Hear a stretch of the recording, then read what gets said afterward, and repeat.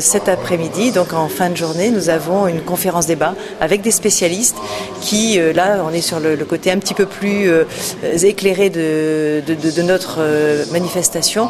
On souhaitait donc vraiment faire un équilibre entre le fait d'être en contact direct avec le public, pouvoir faire en sorte qu'il y ait une prise de conscience, une envie d'agir, de changer nos habitudes au quotidien, et puis également de mieux comprendre. C'est ce que nous avons ce soir dans cette conférence débat.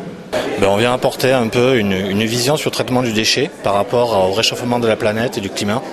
Alors justement, qu'en est-il? Il y a eu récemment la semaine de lutte contre les déchets. Qu'est-ce qu'on peut dire à ce sujet? Écoutez, la consommation et l'évolution du déchet est constamment en croissance, y compris à l'île de la Réunion. Donc on produit de plus en plus de déchets. Donc c'est une vraie problématique au sein de l'île de la Réunion, si on parle localement, avec une révision du plan départemental d'élimination des déchets qui est en cours et où on va devoir faire des choix à très court terme sur les technologies qu'on devra mettre en œuvre. Alors justement, qu'est-ce qui s'offre à nous comme alternative?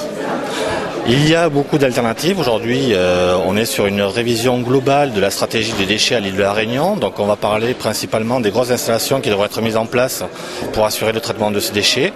Mais c'est vrai qu'il y aura des initiatives sûrement de petites installations à des petites échelles de manière à préserver notre environnement. Alors concrètement, le citoyen, pour qu'il soit un éco-citoyen, quelles sont les démarches au quotidien à faire? Déjà, essayer de consommer moins et de produire moins de déchets. C'est difficile avec cette société de consommation. Il suffit de faire attention, tout simplement. La base, c'est des gestes de tous les jours, aussi bien sur la gestion de la maison que sur la production de déchets. Il existe des gestes assez simples de manière à préserver le maximum notre environnement. Donc la première chose, c'est la réduction des déchets à la source.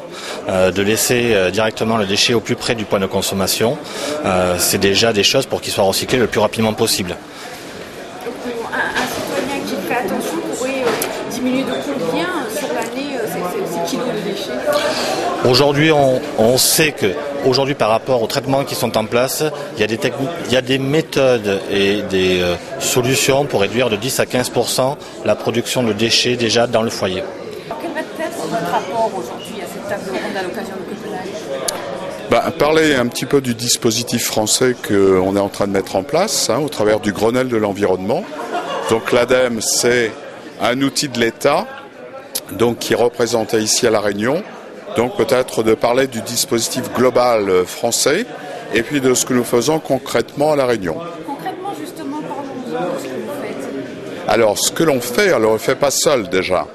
Nous travaillons avec le Conseil régional et EDF, notamment sur tout le volet réchauffement climatique, sur ce qu'on appelle l'atténuation, c'est-à-dire les économies d'énergie, le développement des énergies renouvelables. Donc ça, nous le faisons en équipe avec la région et EDF. Et donc ce que l'on fait d'une façon pratique, c'est développer des projets, avec des porteurs de projets, développer à la fois l'offre énergie renouvelable, donc qui permet de réduire les émissions de CO2, et puis d'un autre côté, favoriser l'efficacité énergétique partout, dans le bâtiment notamment, et dans l'industrie, pour réduire notre dépendance aux énergies fossiles.